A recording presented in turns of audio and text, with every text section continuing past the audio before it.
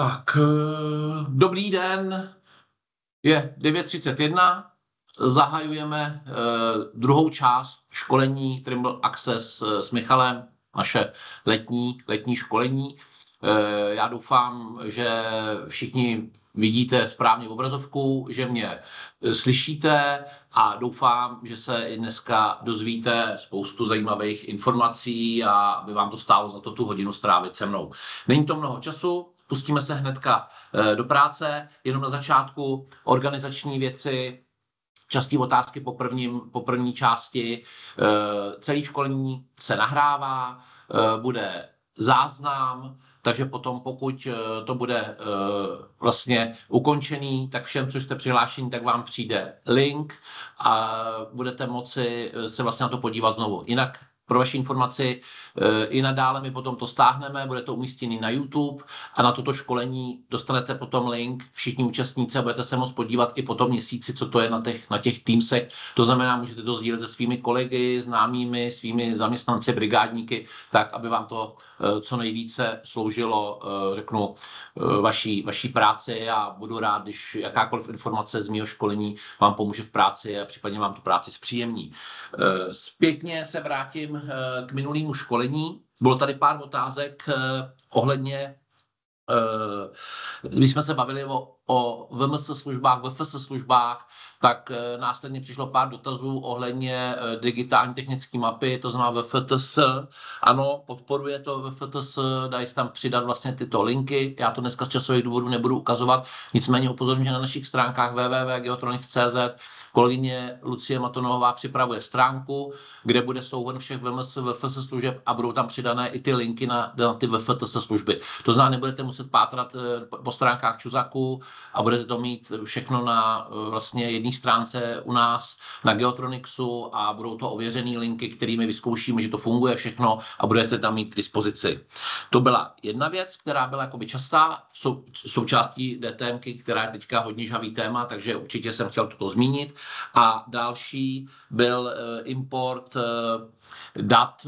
Já jsem minule vlastně mluvil o tom, že importovat ta data, pokud jste v textovém tvaru souřadnice, takže ve formátu CSV, čárkovaný texták.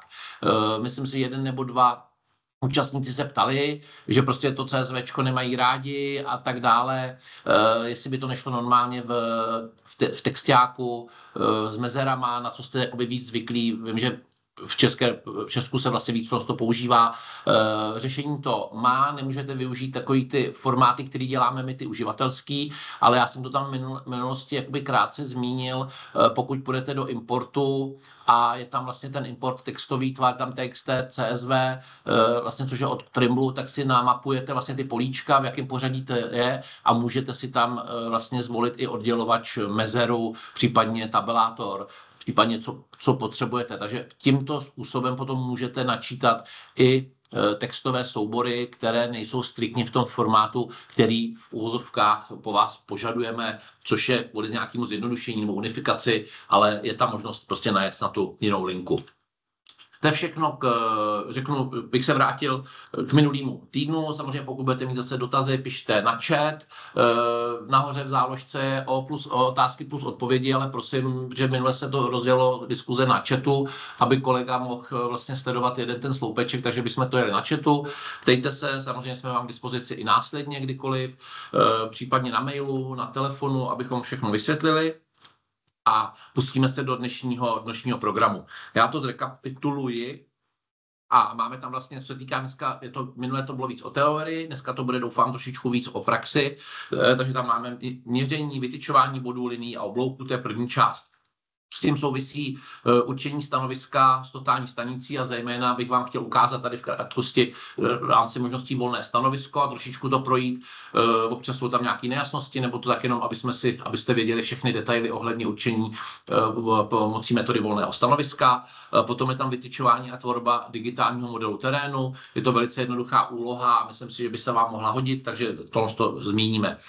Minule jsme mluvili o použití DXF, IFC modelů, VFS, VMS služeb a dneska bychom ukázali krátce vytyčování z grafiky. To znamená, vytyčovat můžete přímo z DXF, můžete z 3D modelu ve formátu IFC, k tomu se ještě vrátím. A samozřejmě můžete vytyčovat i s VFTS, protože tam vlastně máte možnost to rozstřelit jak DXF a pracovat s body, s liniemi, takže to si tady v krátkosti ukážeme. Dále tam bude prohlížení a editace dat, jsou tam různé způsoby a různé možnosti, takže to určitě vysvětlíme. A na závěr, protože to je dneska hodně o měření, bude volitelné exportní formáty, to znamená vysvětlíme, jaký máte k dispozici výstupní protokoly, jak můžete exportovat svoje data z měření, ať už z totální stanice nebo z GNSS. Tak a jdeme rovnou na měření, já se podívám na čas, máme dobrý úvod a jdeme rovnou na měření. Opět, co se týče mojí výbavy, tady vidíte na kameře vidíte vršek totální stanice, tady byl S5, kterou tady používám, mám tady opět TSC 5 a GPS-ku R12, kterou mám tady vystočenou z okna, proto mám tady taky svítí to sluníčko, protože potřebuji, aby trošičku koukala nad střechu, tak potom vlastně mám tady vlastně k tomu R12 ičko, kterou budeme ukazovat s měřením. Samozřejmě spoustu věcí, co se týče měření GPS-kou, se týká i řeknu starších GPS-ek, R8, R2, R4, R6, ale vzhledem k tomu, řeknu trendu posledních několika let, kdy spoustu z vás přešlo na tu R12 ičko, tak budeme postupovat nebo ukazovat zejména věci vlastně s tou R12 ičkem. Tak, já si tady teďka tak jako minule nasdílím obrazovku.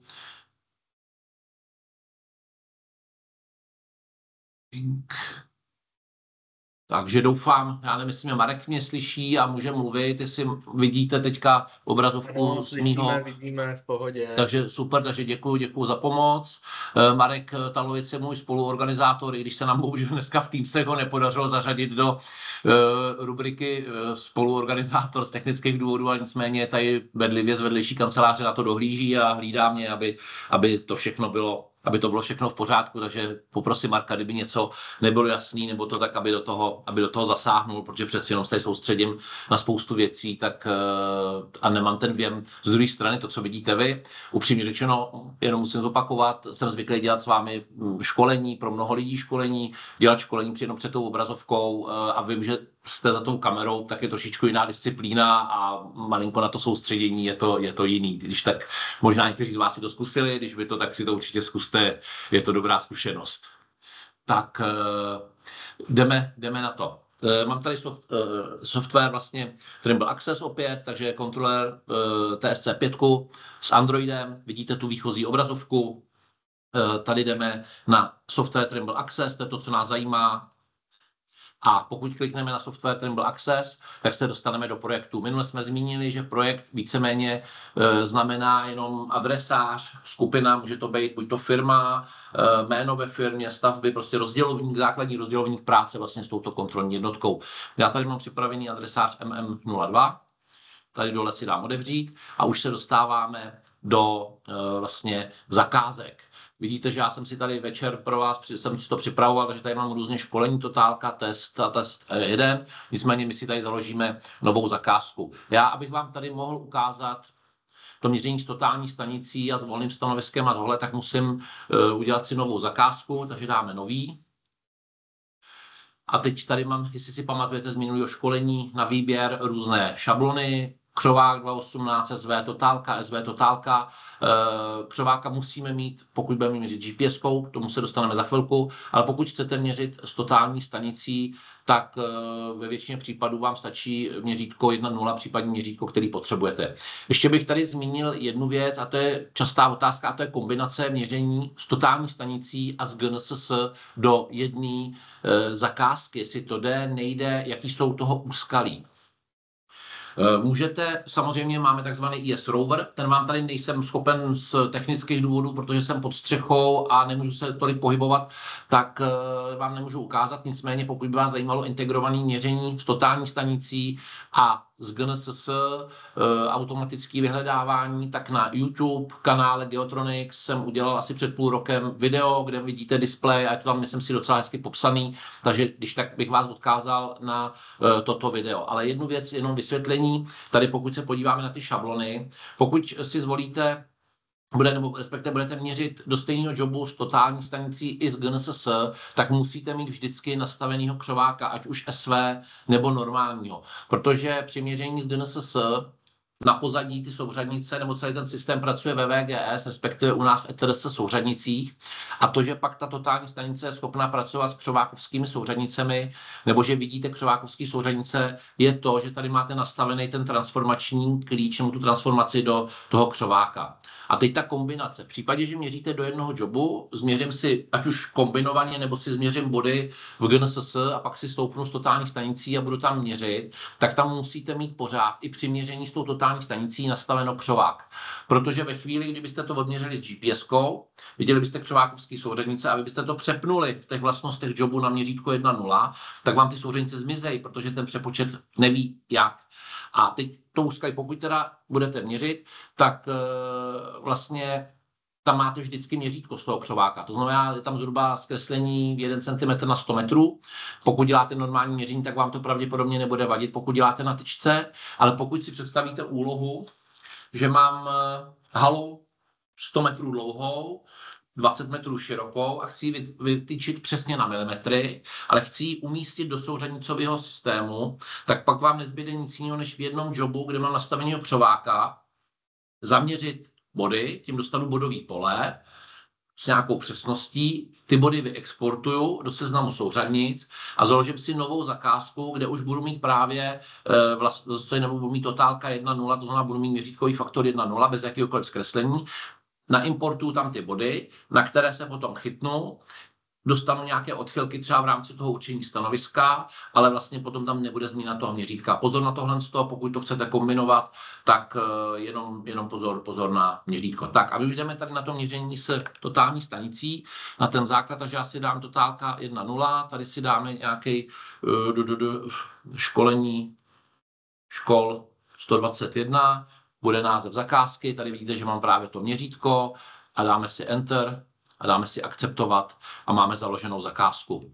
Tady nahoře vidíte, že mám baterky, zase symbol totální stanice, symbol hranolu. Když to tady projdu v té horní části, kliknu na to, jak vidím baterku v kontroleru, já tu mám připojené k počítači, takže to ukazuje, že to je na externím napájení, takže tam nevidíte stav baterky, takže jenom se nelekejte.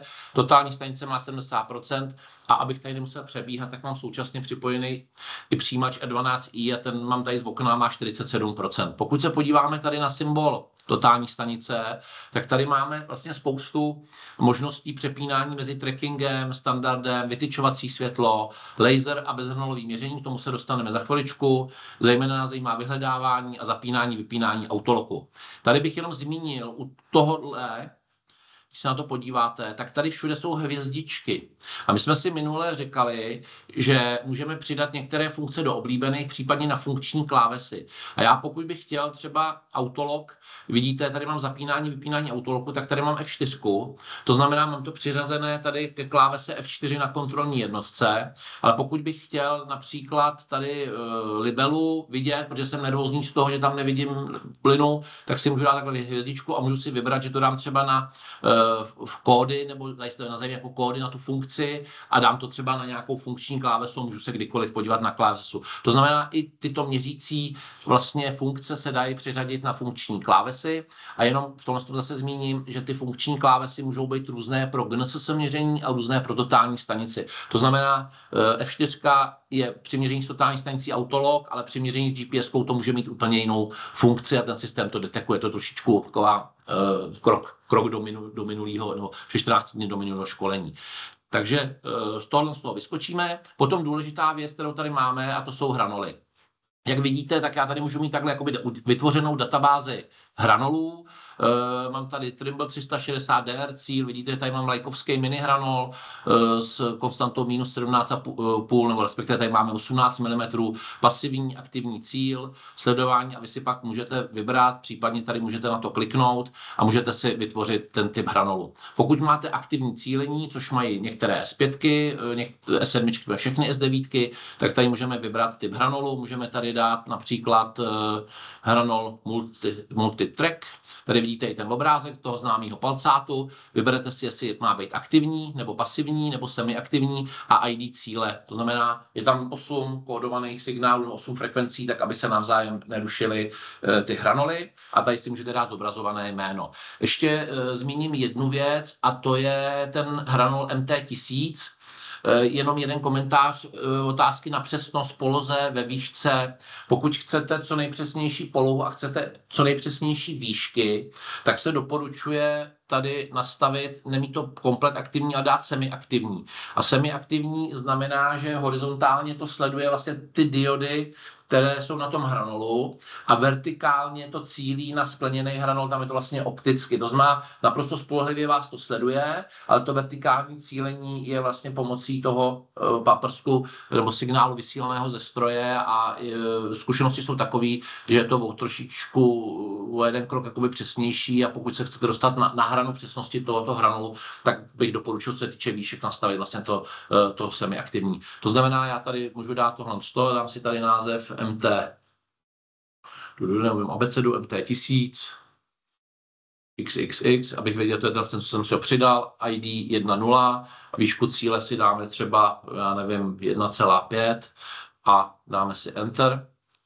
akceptovat a vidíme, že vlastně tady máme ten typ hranol, že pokud bych teďka chtěl měřit, tak si ho dám tady, vyberu si ho a tady nahoře potom v záložce, tady vyskočíme z těch baterek, a v záložce vidím, že mám konstantu plus 10 mm, výšku 1,5 metru a tenhle ten typ hranol, že neustále to tady pořád vlastně vidíte. Tady vpravo vidíte vlastně hodnoty úhlový, u GPSky jsme si ukazovali, že tam vlastně budete mít potom přesnosti. Tak a my se podíváme na založení, vlastně založenou zakázku máme a teďka já tady mám, aby jsme mohli ukázat to volné stanovisko, nebo respektive, když bychom šli teďka sem na měření, dali bychom Trimble S5, vy většinou v těch vašich totálních stanicích tam máme VXS série totální stanice, je to vlastně stejný, já to tady mám označení, jenom že jde na S5, takže pokud dám měření, dám Trimble S5, tak tady vlastně potom máte stanovisko, orientace, omlouvám se za drobné překlepy, které jsou v jazykové verzi, pracujeme na odstranění, ale v Trimble nám tam trošičku zapracovala umělá inteligence v překladech, takže to musíme po ní trochu opravovat. Nicméně to pořád znamená určení stanoviska vlastně s jednou orientací, to znamená, pokud byste dělali jenom tachymetr, řeknu, stojím na bodě A, orientace na bod B a měřím, tak vlastně použijete to první. Stanovisko více orientací je, že stojíte na známém bodě, zejména to vlastně, nebo je to hlavně na práci v souřadnicích a pokud chcete měřit ve dvou polohách, nebo ve dvou polohách, tak stanovisko více orientací můžete mít 1 až 25 orientací, to znamená, stojíte na známém bodě a můžete mít až 25 orientací. Volné stanovisko je to, co si ukážeme, to znamená zpětňák, neznámá poloha, známý body a vlastně provedeme měření. Potom bych tady zmínil stanovisko přímka, na to se často ptáte a je to, pokud byste použili vlastní souřadnicový systém, to tam je trošičku ze starého geodimetru, že bych řekl, že tady v jednom rohu místnosti je počátek, v druhém rohu je směr osy X, tak bych vlastně tam zaměřil bych tyto dva body a tím bych definoval místní souřadnicový systém. Potom tady mám objektově orientované nastavení a to se vám tam ve většině případů neobjevuje. Ta část je za drobný příplateček a to je v případě, že byste chtěli dělat volné stanovisko na nějaký předmět. Je to zejména pro průmyslové měření, když sledujete třeba nějaký blok betonový nebo ocelový a potřebujete vlastně mít souřadnicový systém v rámci obecné polohy tohoto předmětu, tak vlastně změříte 3 body a nemusí tam být jakoby u normálního geodetického měření osa Z, že ve svislici, ale pracuje to prostě natočený v jakýkoliv obecné rovině. To znamená, uděláte si zpětňák a máte ty osy v rámci toho předmětu nebo toho souřadnicového systému toho předmětu a můžete kontrolovat například jeho velikost, rovinatost, rozměr. Ale to je na nějaký další jiný školení, ale no, abyste věděli, že i tato možnost je pro to průmyslové měření. Já se vrátím na to volné stanovisko, takže dáme tady volné stanovisko. Jinak tady vidíte, že pokud bych měl urovnanou bublinu, tak by jsem vlastně tady měl všechno zelený. Já to tady mám na stole, opírám se o to, takže vypnu kompenzátor. Vy tohle nikdy nedělejte, protože pokud budete měřit, tak naopak ten kompenzátor musíte mít zapnutý. A dám akceptovat. Zeptá se mi to na teplotu tlak, já tady mám teplotu 15 stupňů, nelekejte se, přestože je venku šílený vedro, já tady mám klimatizaci a krásně se chladím, aby mi to školení dobře šlo. Takže máme ppm a dáme akceptovat a dostaneme se do čísla stanoviska. Já skočím ještě zpátky, my potřebujeme body vlastně na to stanovisko. Takže já když z toho vyskáču, takže se vrátíme zpátky, co jsme si ukazovali minule, dáme job, dáme import, tady si dáme import YXZCSV, to jsme všechno ukazovali minule. Zvolím si tady seznam souřadnic školení totálka, dám akceptovat. Mám 4 body naimportované, 1 bod je nepoužitý, protože ten nemá souřadnice, ten má chybu a dám otevřít školení. pokud tady dám zobrazit, tak už vidíte, že tady mám bod 501, mám tady body 4001, 4002, 4003, které my použijeme vlastně na to školení. A pokud tohle tady vezmu tu 501, kterou nepotřebuju, což je bývalý stanovisko, a dáme to i smazat, tak si ji dáme odstranit. A zůstane mi tady jenom vlastně tyhle 3 body. Takže zpátky v rychlosti jdeme do měření, S5, volné stanovisko, teplota, tlak, ppm, číslo stanoviska. Tady dáme nějaký 99999, protože je volný, výšku přístroje dáme 1 metr a chceme vypočítat výšku stanoviska. Dáme Enter, dáme akceptovat. Název bodu. A já, abych tady nemusel běhat s hranolem a mohl jsem pro vás dělat to školení sám, tak vlastně to tady mám přepnutý do bezhranolového měření s laserovou stopou, kterou vy sice neuvidíte, nicméně já tady zacílím na první bod, to je bod 4001, takže si tady dáme bod 4001, úhly a délky, výška cíle je 0, dám Enter a dám, tady vidím, nemáme tam 4001, vidím, že tady, pardon, 4001, dám Enter a dáme měřit. Proložení do druhé polohy. Jelikož tam nemám hranol, tak musím docílit, dám změřit, odměřeno a stroj se mi vrátí zpátky do první polohy. Samozřejmě, pokud nejste zastánci měření ve 2 polohách, tak to může probíhat pouze v 1 poloze. Tady si dáme bod 4002 a já si zacílím tady do rohu na 4002 a dáme Enter a dáme měřit.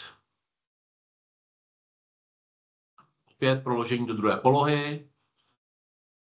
Dáme měřit.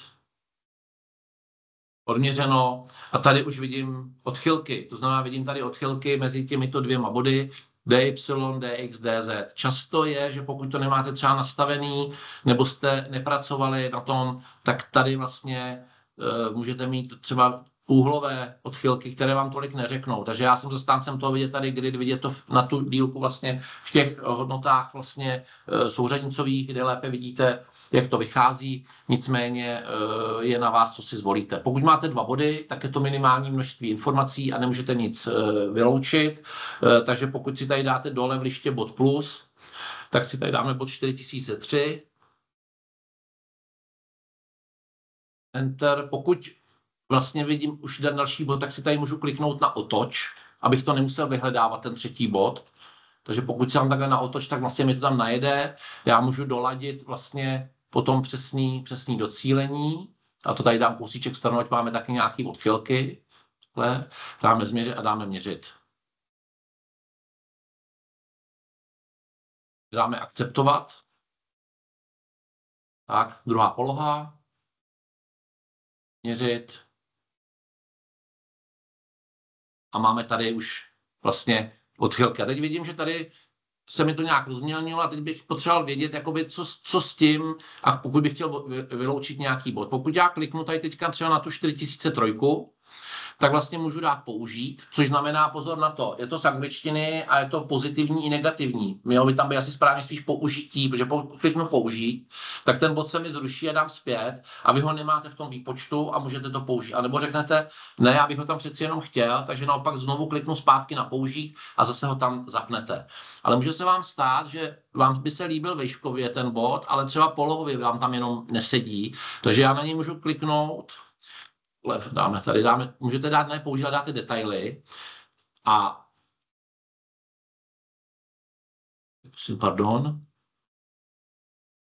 Tady na to musím kliknout tak, detaily, ale pozor, abyste neudělali stejnou chybu jako já, neklikat na ty jednotlivé měření, ale tady vlastně na ten hlavní řádek dáte detaily a tady vidíte, že to je použít v 1D, to znamená jenom výšku, ve 2D, jenom polohu, anebo obojí dohromady. A já v tuto chvíli bych použil výšku, protože tam mi přijde, že v pořádku, ale ta poloha se mi zdá, že není dobrá, takže dám jenom na D a dám zpět a dojde vlastně mi k přepočítání a vidíte, že tady mám vlastně polohově tyto 2 body a výškově vlastně nechám vlastně ten 3. bod, aby mi do toho nějakého důvodu vstoupil. Takže tady potom vidím vlastně výsledky a můžeme vlastně se vrátit.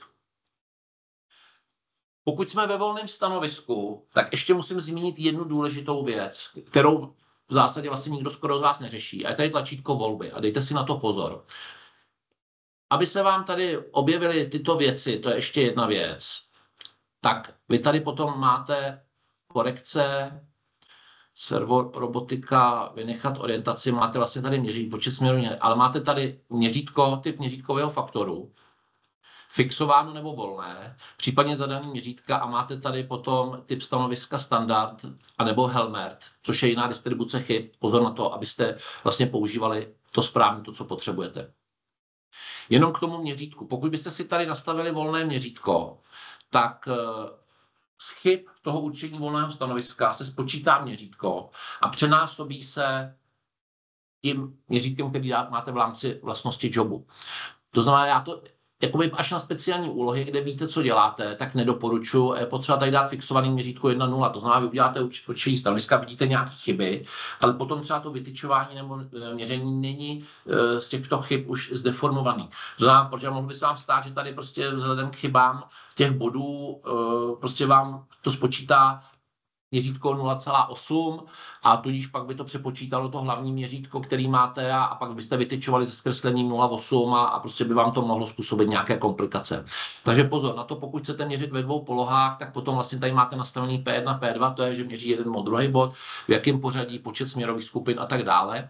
Ale pokud byste do toho vlezli a neměli byste tam tuto nabídku vůbec, tak jenom pozorně musíte, když se podíváte do nastavení, když se podíváte do jobu, dáte vlastnosti jobu, půjdeme tady na tu políčko grid, to jsme si ukazovali minule, tak je tady rozšířená geodetická podpora nebo rozšířená podpora. Pokud tohle políčko nebudete mít zakliknutý, tak se nedostanete na tuto rozšířenou nabídku. Jo. Takže jenom, kdybyste to tam náhodou hledali a řekli jste si, co vám tady Martínek říkal ve školení a my to tam nemáme, tak nemáte jenom zakliknutý správně to, co tam máte mít.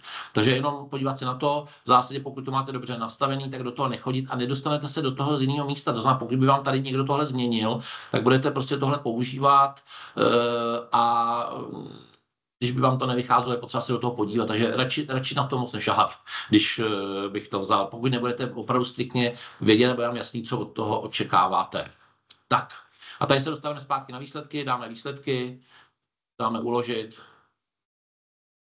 a máme dokončený určení stanoviska, takže tady v mapě už vidíme bod stanovisko 999, bod 4001, bod 4002.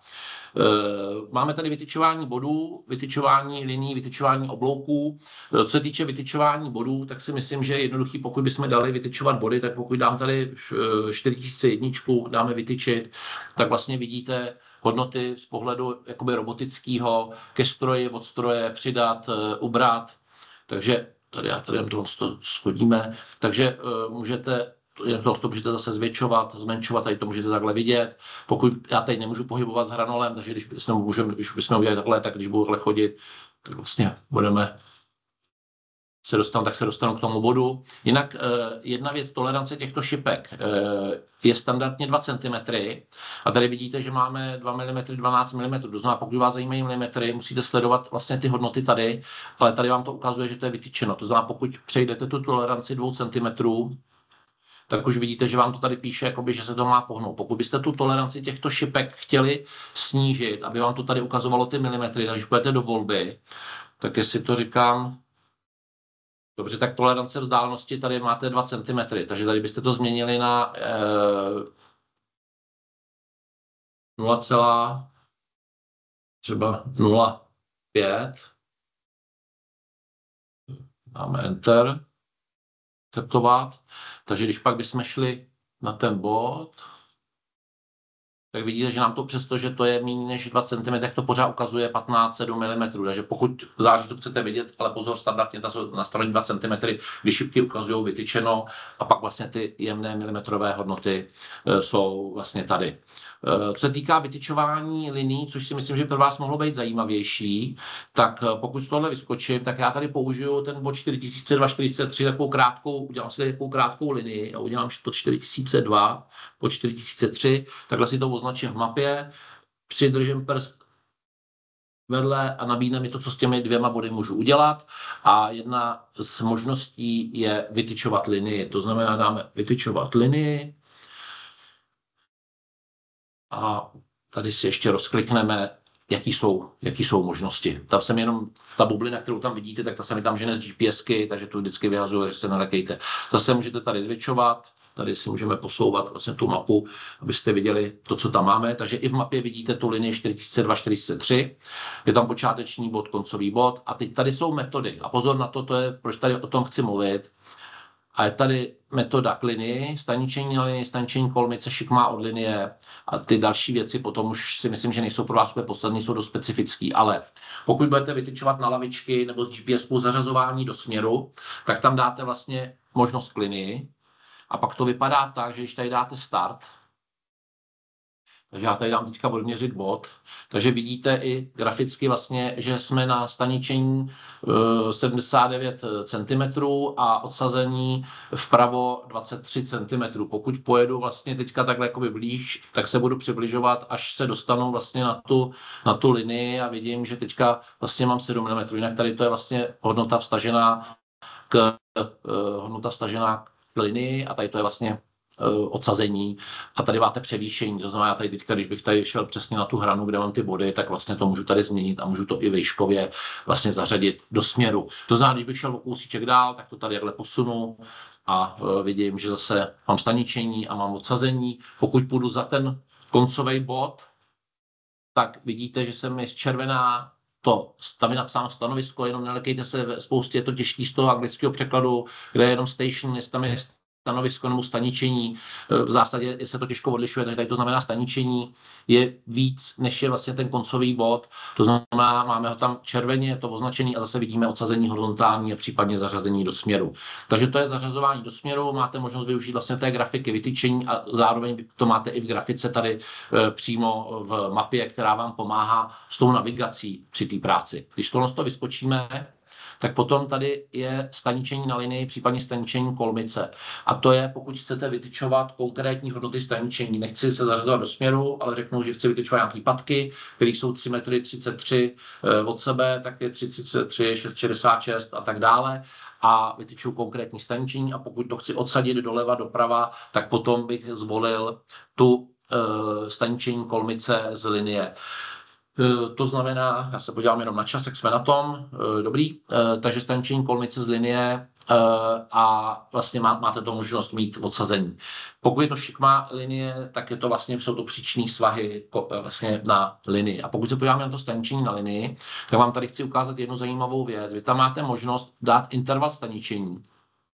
Tady dáme třeba, protože to mám krátký, tak já si tady dám 0,321, což když budete počítat z hlavy, tak dáte vlastně druhý staničení 642, ale třetí už se vám bude počítat špatně. A vy máte možnost jít tady do té volby a tady si naklikat staničení, se podíváte sem staničení a dáte staničení plus, tak máte 321, když kliknu dál, mám 642, 963 a pak bych dal start a už bych vytyčoval ten konkrétní bod a dal bych tady otočit. Najedu na ten bod a je to vlastně nevytyčuji, jenom si přijel jsem robotiku a vytyčuju vlastně ten konkrétní bod. Pokud z tohohle ale vyskočím, tak vám ukážu ještě jednu zajímavou funkci a to je tady ta ikonka vpravo od toho staničení. Pokud já na to kliknu a vy si tam dáte ten interval, tak vy tady takhle krásně vidíte tu sadu těch staničení a nemusíte to naklikávat a říct, tak já chci teďka tohle, ale pak chci tady kliknout na tohle staničení a zajímalo mě 1,605, dám start a vytyčím, vlastně já si tady pomůžu, zase vidím, kam mám jít, když dám otočit, tak mi to vlastně najde na to konkrétní staničení, které můžu vytyčit, můžu akceptovat. Takže to je potom možnost vidět. Jinak to, co tady vidíte vpravo, ke stroji od stroje, vztaženo k referenční linii. To je důležitý možná, protože při tom vytyčování těch linií vás to tolik nezajímá od stroje ke stroji, ale vidíte třeba, kde je ta linie těch patek, takže potom vlastně víte, se máte posouvat v rámci té linie a kolmo, takže vlastně si vyberete. Pokud by tady těch informací bylo moc, tak si tady dáte volby. Ve volbách, když sjedeme, tak tady máte odchylky bod, na křivce dáte edit a tady si zaklikáte, co chcete vidět. To znamená, já řeknu, že mě nezajímají dovnitř jít ven, ale zajímají mě jenom ty informace k linii, projektované na převýšení, dám akceptovat. Jinak tady si to můžete uložit rovnou do stylu, vytyčování to jde, nemusíte to pak měnit trvale prostě v tom vždyckém stylu. A tady pak už vidíte krásně jenom ty informace vstažené k linii, je to mnohem přehlednější a nemusíte se orientovat v mnoha číslech, takže to můžete tímto způsobem přizpůsobit. Takže to je vytyčování linií. Jinak ještě jenom zopakuju, pokud vytyčujete linii Interpolu, je to výšku, pokud uděláte kolmici, tak kolmice má vlastně, nebo ten bod na kolmici má stejnou výšku, jako má pata kolmice. Pokud byste chtěli jinou výšku, než má ta pata kolmice, tak pak musíte jít vlastně tady na šikmá od linie, kdy máte možnost vlastně tu kolmici pod určitým spádem nadefinovat, takže vlastně to můžete vlastně tímto způsobem použít. Můžete měřit mezi dvěma body a můžete jít i za staničení, to znamená, vám to ukáže, že je tam koncový bod, ale můžete to vlastně prodloužit, to znamená, nemusíte měřit jenom v intervalu mezi bodem A a B, ale můžete jít do záporu, to znamená, od bodu A jakoby ven a od bodu B zase naopak ven tu linii překročit. To, co vám tady ukazuju z totální stanicí, protože se mi to tady líp ukazuje při tom školení, tak to samé platí i o GPS. Měření samozřejmě je jiná přesnost GPSky a totálky, ale ten postup pracovní a ty možnosti jsou prakticky stejné. To, co vlastně jste zvyklí. Já jste jenom tam přiskočil tady ještě jeden účastník, tak ho tady povolím, tak a pokračujeme dál. Takže to máme vytyčování bodů, linií a ještě jsme si slibovali oblouky, takže já když tady z toho vyskočím, teďka uděláme tady escape, já si vezmu do ruky kontroler, protože s tou myší přes ten počítač mi to tolik nejde, nemám to tak najetý, takže půjdeme tady vlastně a teď, když bychom chtěli, tak vám ukážu jednu zajímavou věc, já to tady odznačím a když bychom stejným způsobem chtěli vytyčovat oblouk, tak uděláme 4001 bod, vidíte, udělám 4002 bod a udělám bod 4003, to jsou ty tři tady moje ukázkové body, které tady mám. Já to tadyhle přidržím a zase mi to nabídne, co s těmi třemi body můžu dělat. A já můžu vlastně jednoduše vypočítat plochu, průměr, vytvořit povrch, k tomu se dostaneme za chvilku, ale zároveň můžu vložit oblouk. Takže já tady vložím oblouk, oblouk se bude jmenovat ARC 001 například, nebo si to dáte jako můj nejlepší oblouk. Metoda 3 body, dáme výpočet, dám ho uložit. Tady už vidíte, že ten oblouk mi tady vzniknul takhle, tady si to vidíte z toho. A já vlastně můžu na ten oblouk normálně kliknout, já si ho tímto způsobem vyberu a jdeme tady zase vpravo na vytyčit a tady už zase máte k oblouku, staničení na oblouku, staničení kolmice, šikmá od oblouku, průsečík oblouku. Takže de facto, co jsme si ukazovali, můžete zařazovat se do směnu na oblouk, můžete vytyčovat oblouk třeba po metru, odsadit obrubníky 10 cm do strany, případně můžete vytyčit středový bod oblouku a dostat poloměr oblouku. To znamená, můžete na té stavbě vytočit středový bod, započítáte tam roxor, řeknete vzdálenost a ty pracovníci si tam pak můžou naměřit pásmem ten oblouk a zrealizovat to, i když tam nebudete velice jednoduše. Takže tohle je práce s obloukem, jenom není to na dlouho vysvětlování, spíš jsem chtěl jenom ukázat, že se s tím pracuje vlastně stejně jako s tou linií, je to velice jednoduché a velice jednoduše ten oblouk můžete nadefinovat přímo v terénu. Já se vrátím ještě tady k tomu samotnému vytyčování a tady si ťukneme na 4001, dám vytyčit, bod, dám otočit, já si najedu na ten bod a chci vám ještě ukázat, pokud dáme akceptovat, tak vlastně můžu zase mít jako vytyčený název, nebo tam můžu dodat V4001, to si můžu vlastně jakoby zvolit to, co potřebuji, to jsme si ukazovali minule v tom nastavení, vytyčovací odchylky DY, DX, DZ a tady si dáme uložit. A potom, až budeme na závěr ukazovat exporty, tak vám ještě ukážu, jak vypadá vytyčovací protokol, to znamená, že můžeme mít některé, nebo že máme ty informace vlastně z toho vytyčení přímo v tom protokolu, že samozřejmě určitě to chcete nějakým způsobem dokladovat. Tak, máme volné stanovisko, máme měření bodů, máme měření linií, ukážeme si digitální model terénu a potom přeskočíme ještě na GPS, ukážeme si něco s GPS. Já se dám na čas, čas nám letí, dneska toho máme víc, než jsme měli minule, takže pokud já tady skočím teďka do měření bodů, dáme si tady tracking, kontinuální měření, tak a teď si tady změřím nějaký body na stropě, uložit, tady si dám bod nade mnou, dáme uložit, tady si dáme bod Takhle někde dáme na druhé straně. Uložit. Tady si dáme bod takhle. Dáme uložit. Takže tady se teďka podíváme. Tady máme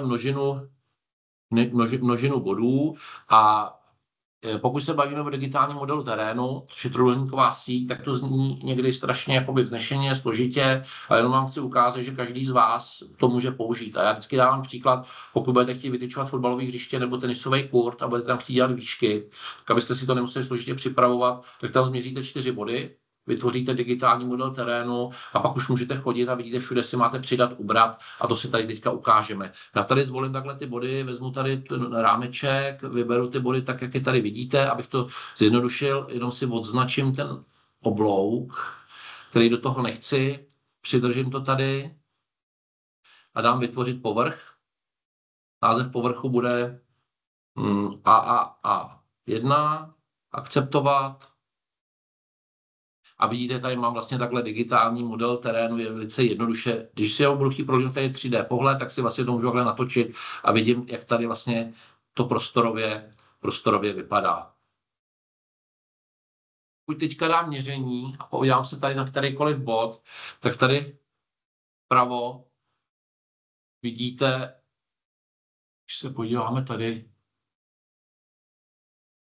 na to světlo, tak vidíme, že tady máme ubrat 8 cm, přidat 8 cm, protože jsem pod tím, takže neustále mi to ukazuje, ať jsem kdekoliv na tom oblouku, tak mám 2 mm a vidím, vždycky kontroluji rovinatě vlastně ten strop.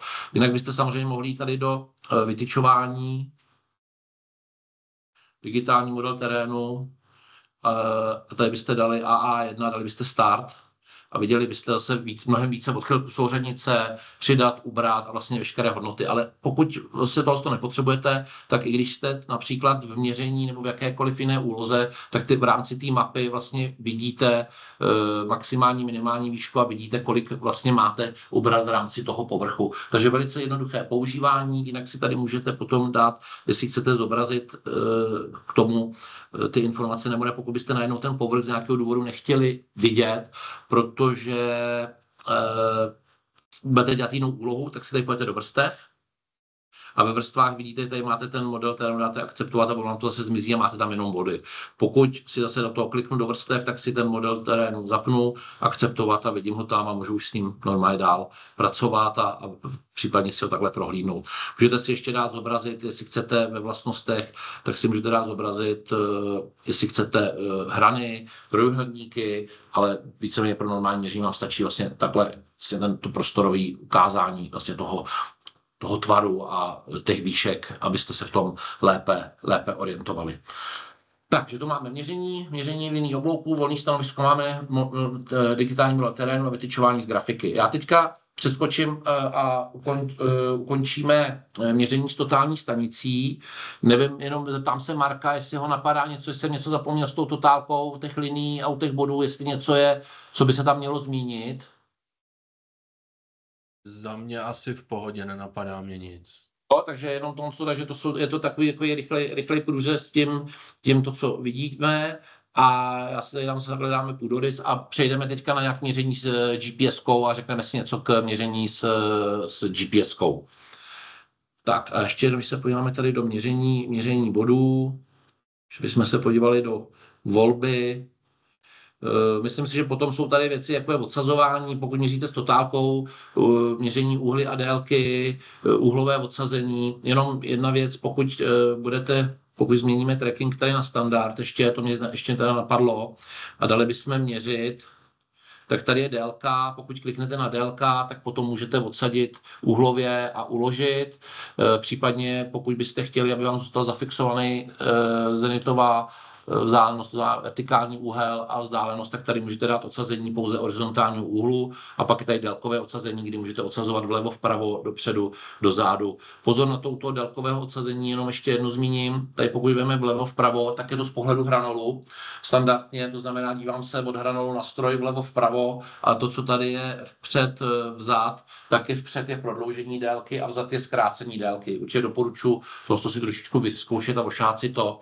Případně pokud by vám tohle nevyhovovalo, to stranové odsazení, tak se dá nastavit na tvrdo z pohledu stroje, z pohledu hranolu, na co jste zvyklí. To znamená, pokud přejdete třeba z jiné značky stroje, kde jste to dělali jinak, dá se to nastavit tak, aby to dělalo přesně to, co potřebujete. Z časových důvodů, když se na to podívám, tak bohužel se do detailů úplně dostaneme, můžeme se k tomu někdy vrátit, ale myslím si, že jako nějaký průřez měření a vytyčování by tohle mohlo stačit. Tak, pokud teďka se přepneme na GNSS, tak já si tady založím, uděláme novou zakázku, uděláme nový.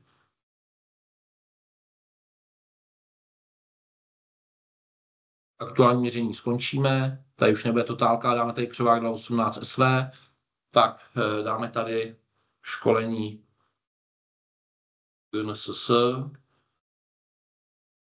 Enter, akceptovat.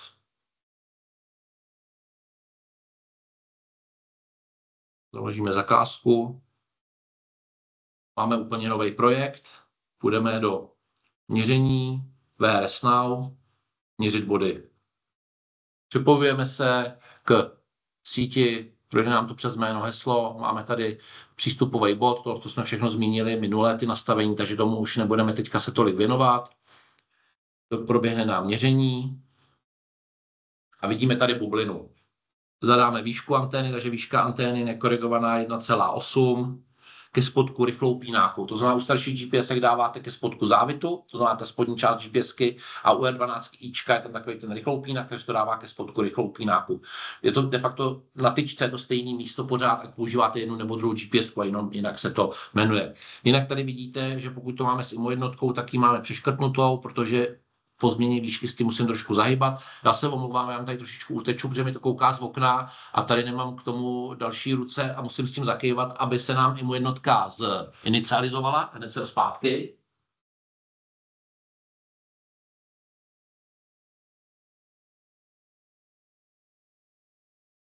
Doufám, že se nám to zdařilo. Tak, máte mě tady. A tady vidíte vlastně v této části, že už vlastně to máme tady ozeleněný myš jsme našli, takže tady máme vlastně oboje. A tady nahoře už vidíme odchylky v poloze, ve výšce, takže je to tady hodně nakloněný, mám to tady na střeše skrz okno, takže nebudu teďka řešit, že tam nemám úplně milimetry. Jinak to, co tady vidíte, je RTK plus IRTK, takže je to vlastně přesnost jak z měření GNSS, tak z náklonu. Teď, co se týká měření, zase můžete tam to potáhnout. Důležitý je u R12, pokud budete koukat na to tlačítko, který tam je, tak vlastně máte správně zorientováno a tady vidíte, kam vám ukazuje ta šipka, to znamená, vidíte, kam kouká ta GPS, takže vám to pomůže orientovat se v mapě. Název bodu, kódování, tomu se budeme věnovat příště. A teď jsou tady metody měření, výška antény, spodek rychlou pínáku, to máme. Co se týče měření, pokud byste chtěli vypnout tu IMO jednotku z nějakého důvodu, já to moc nedoporučuji, ale občas se na to někdo ptá, stačí kliknout tady na tu roztřesenou GPSku a kliknete na to IRTK kompenzace a tím to můžete vypnout a pak to bude fungovat standardně s bublinou. Dále vlastně tady můžete použít konec měření, ale jinak tady vlastně u té totálky v tomhle místě těch funkcí je mnohem víc, které využijete pro denní měření. Co se týká GPSky, tak tady toho je potom míň. Já bych tady zmínil ty nejdůležitější věci. Jsou hlavně ty metody. Máte tady podrobný bod, rychlý bod, zaměřený pevný bod, kalibrovaný bod a házet offset sklonu. Podrobný bod je to, co asi budete používat nejvíc, to je takový ten 5-6 vteřinový, který používáte pro katastr. My jsme si minule ukazovali různý ty nastavení. Pokud dám podrobný bod, tak pokud bych to chtěl měnit, tak tady dole máte kdykoliv volby. A ve volbách vidím, že tam je krok číslování a vidíte, tady máte nastaveno 6 sekund, počet měření 6 sekund je tam nastaveno, protože kvůli nultému měření, aby to do protokolu pro katastr tam nebyla 4 jakoby čas, takže prostě nultý, je to 0, 1, 2, 3, 4 a z toho je vlastně 5 měření, a nicméně jsme to ošetřili tou 6. Auto odchylky jsou tam zapnuté, to znamená, jede to na maximální přesnost. Pokud bychom auto odchylky vyhodili, tak si můžeme tady nastavit třeba 5-6 cm. Pokud budete dělat nějaký GIS nepřesný někde v lese, tak si můžete jakoby zvýšit ty tolerance, aby vám to nejelo úplně na přesnost maximální. Je tam varování o náklonu 2 cm, to znamená, kdyby vám z nějakého důvodu vypadla ta IMO jednotka, kdybyste to ignorovali, tak vás to bude upozorňovat, že ta GPS je nakloněná o víc než o 2 cm, je to pro vaše bezpečí, tak abyste neměřili, něco jste si nevypínali a v dobrý víře neměřili celý den a neměli jste si rozházený. Takže to je vlastně tady a vrátíme se sem ještě pro jednu věc. Takže to je takový to měření lepšího bodu. Pak je tady rychlý bod, to je vlastně, když je tracking jdu a mám jeden bodeček, ping, ping, ping. Ta přesnost těch bodů je stejná, ale je tam méně kontrolních mechanismů. To je častá otázka, jestli je to méně přesný, ne. Ty parametry jsou tam prakticky stejný, ale je tam méně kontrolních mechanismů. Pak je tady zaměřený pevný bod. My jsme to v minulosti, mnozí z vás vědomě to slyšeli, používali pro zaměření stanovisek, protože to mělo jinou číselnou řadu. Nevýhodou dneska je, že bohužel v Trimble rozhodli zaměřený pevný bod, pokud dáte, tak se vám objeví bublina a musíte to držet svisle. Od chvíle, kdy používáte 12, už se vám to svisle nechce držet, takže jakoby využívání této metody je čím dál tím menší, ale nicméně abyste viděli, že tam je. Kalibrovaný bod se nepoužívá, to v případě, že byste chtěli dát nějakou on-the-fly kalibraci, to znamená, že průběžně měříte body, do toho se vám to nějak transformuje, je to specifická úloha pro běžný použití, to nevyužijete a házet offset sklonu je horizontální odsazení, k tomu se dostaneme za chviličku. Odsazení u R12 Ička jsou de facto samostatná kapitola a ty tady teďka zmíním. A první odsazení je výškové, to znamená, já tomu říkám měření kabelu po záhozu. To znamená, pokud si představíte, já tady takovou tyčku, že tu tyčku držíte vlastně šikmo a teď, když si představíte, že ten kabel je v uvozovkách, já samozřejmě vím, že to nikdo neděláte, ale kdyby vás to náhodou napadlo, je metr pod zemí, tak s normální tyčkou byste, když budete mít svisle, tak řeknete, že nemáte výšku tyčky 1,80 m, ale 2,80 m a tím to vyřešíte. Ale pokud to budete mít na šikmo, tak samozřejmě vám to ovlivňuje i polohu. Tudíž by to nešlo takhle použít. A vy máte možnost, tady, když se podíváte dole na volby, zakliknout funkci, která se jmenuje přidat svislé odsazení. Pokud to mám akceptovat, tak tady kromě výšky antény vidíte i vertikální odsazení a vy se můžete dát třeba -1. To znamená, poloha YX je vlastně k tomu hrotu výtyčky a -1 metr vlastně svisle dolů je vlastně odebraná ta zetovka, je o -1 metr vlastně upravená nebo o tu hodnotu, kterou tam vložíte. To znamená, svislé odsazení můžete to vlastně takto korigovat, takže vám to pomůže. Může to být měření kabelu po záhozu, ale může to být třeba vršek obrubníku. Naopak, že přidáváte 10 cm, abyste to nedávali nějakou hranu, to budete měřit v patě ty body a budete si přidávat třeba 10 cm. A můžete to mít jakkoliv polohově nakloněný, protože samozřejmě jakmile si zvyknete na měření s tyčkou s náklonem, tak už se vám nechce potom jinak. A druhý offset je horizontální odsazení. A to je, když si představíte například strom, takže já to když tady překliknu a dáme tady házet offset sklonu, tak když si představíte, že chcete měřit třeba patu sklonu, tak tady, když uvidíme, tak tady dáme do toho třeba vzdálenost 0,4 metru. A když bychom se podívali tady do mapy, takhle podíváme se na ten vektor, tak já to tady i uvidím, jak je to vlastně nakloněný a pokud bych vlastně, takže tam vlastně stačí tak je to odklonění od té, zase vezmu tu výtyčku, takhle to budu mít to vidíte na šikmo, takhle to budu naklonění a v tomhle směru toho náklonu vlastně horizontálně vlastně to opraví nebo vypočítá vlastně tu polohu. Takže pokud tady máme 40 cm, tak pokud to nakloním, píchnu to k patě velkého sloupu nebo stromu, tak vlastně ve směru toho náklonu mi to dopočítá 40 cm. Může to být ale použitý třeba na nějakou nepřístupnou hranu, kraj potoka, kam se nemůžete dostat a velice jednoduše můžete dělat tyto offsety. Jinak samozřejmě potom můžete dělat různé matematické dopočítávání, ale to si ukážeme za 14 dní v rámci těch výpočetních úloh. Takže to je vlastně měření s GPS-kou a tyto dva offsety. Pokud měříme s GPS-kou, tak ukážu ještě jednu věc a to je tady nahoře, jak je ta zeměkoule. Když na to kliknete, tak pokud nemáte tarif Unlimited, tam máte 100 a chcete šetřit data, tak si to tady můžete zapauzovat. Tohle funguje bohužel jenom na VRS Now. Teď jste mě na to ptali, na Čepos to nejde, protože tam musí být obousměrná komunikace. To znamená, je to Trimble s Trimblem, to znamená, máte možnost dát tu informaci, že jste spojený s tím datovým serverem, ale nečerpáte ta placená data. Takže tím si to můžete zapauzovat, takže pauza, případně znovu zase obnovit. Nemůže to být při vytyčování, kde to musí pořád počítat polohu, ale vím, že teďka změřím bod a tamhle 200 metrů budu měřit druhej, tak si to můžu zapauzovat a neběží mi ty placený data. Takže jinak tady vidíte potom spolehlivost dat, a přenos dat. To znamená, pokud byste se třeba zeptali, kolik to přenáší dat, tak tady si můžete vlastně jakoby podívat na to, kolik třeba jste za hodinu spotřebovali dat, kolik to přenese ta GPS, kolik vám to sebere dál. Takže to je vlastně, co se týká zeměkoule, co se týká měření měření bodů a ve volbách vlastně možnost nastavení vlastně těch měření. A pokud tady dám takhle akceptovat, dáme tady normální bod, podrobný bod, dám tady měřit, tak jinak tady vidíte, vlastně potom běží vlastně ten čas.